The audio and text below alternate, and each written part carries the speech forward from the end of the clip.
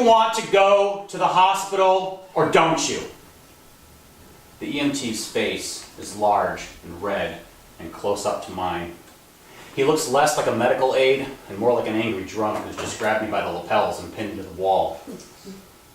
Yes or no? Do you want to go to the hospital? I'm confused. I'm not answering. Yes or no don't seem like choices that make sense to me right now. He throws his hands in the air. I'm going to need an answer from this guy before I can do anything for him, he says to no one in particular. Why do I feel like I'm in trouble? Flashes are coming back to me from recent events, like when you remember your dream from last night later in the day. I remember sitting in the back seat of a cab, pulling my wallet out to pay the driver.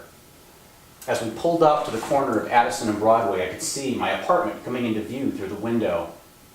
Then suddenly a sound like a cymbal crash, and everything going white.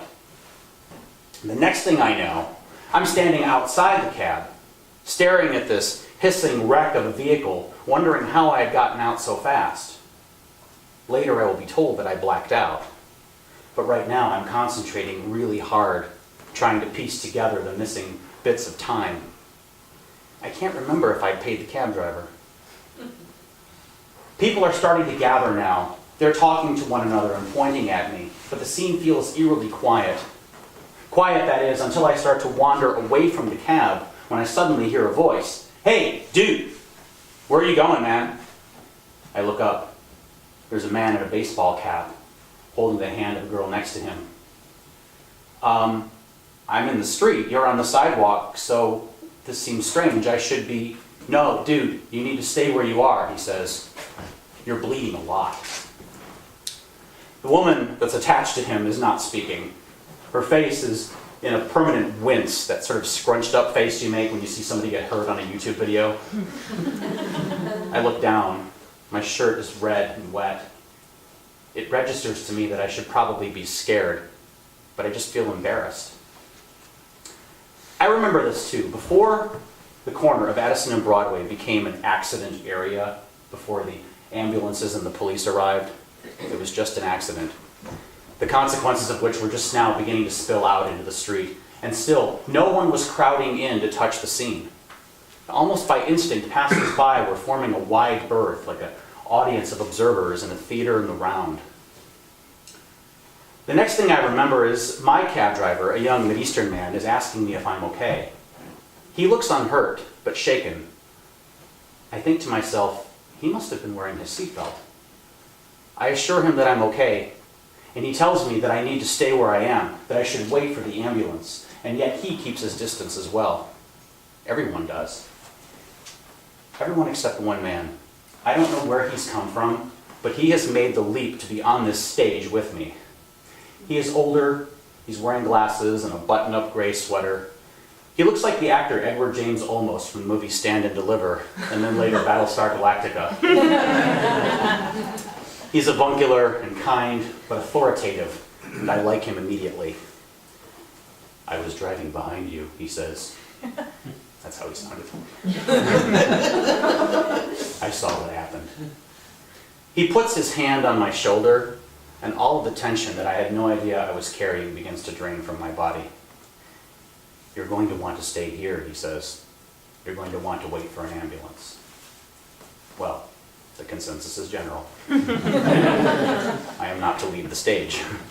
But Edward James Olmos is on stage with me, so now I know everything is going to be okay.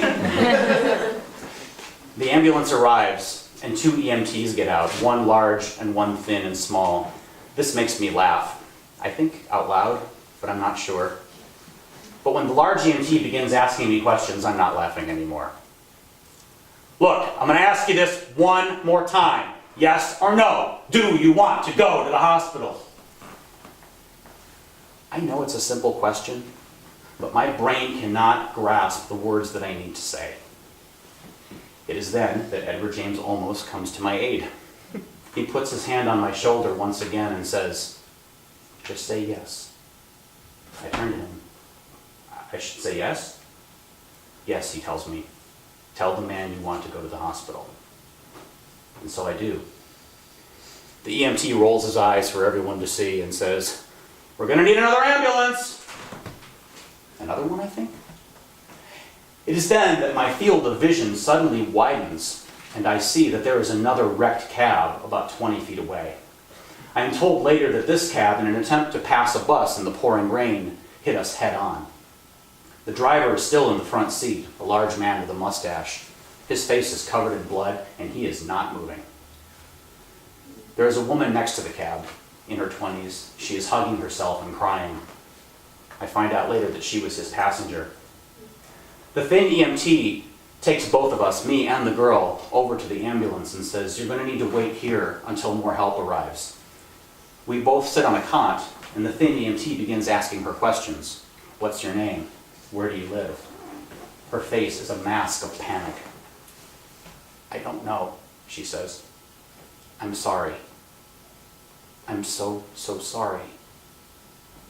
The thin EMT looks confused.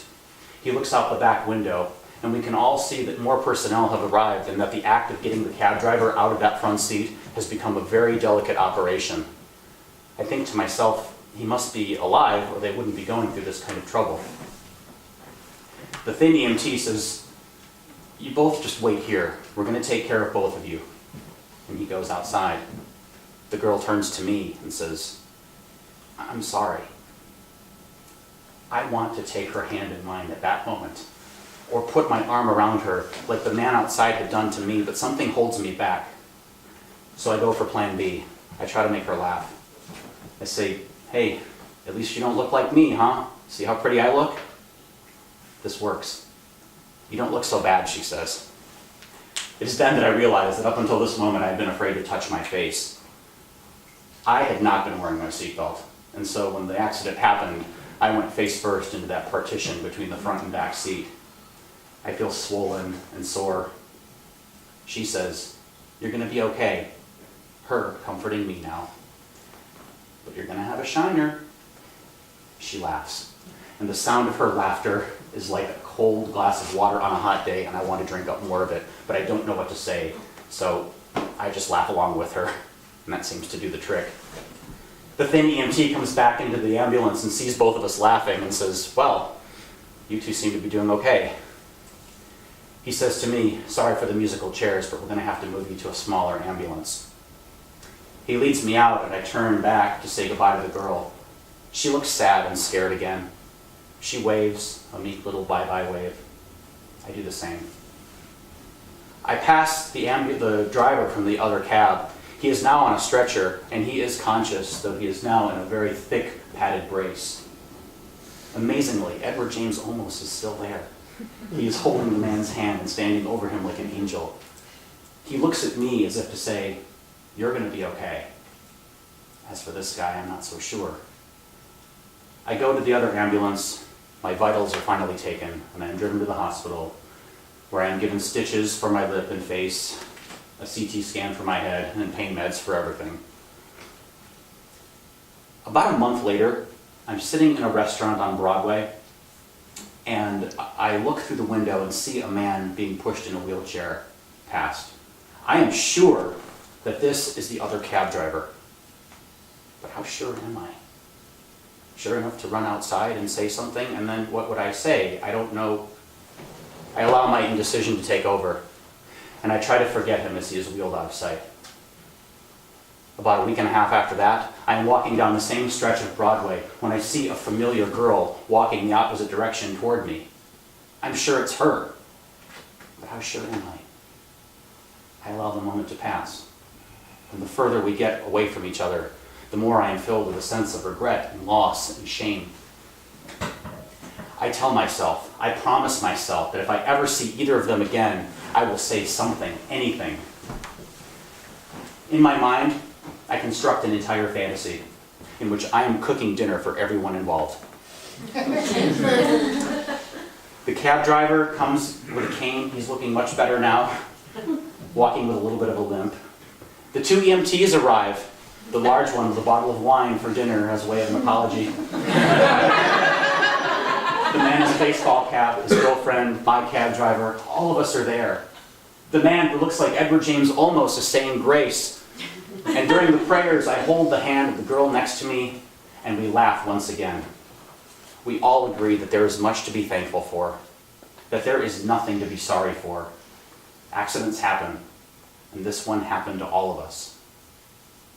I play the scene a few more times in my mind until I get it exactly right. And then I'm home. Thank you.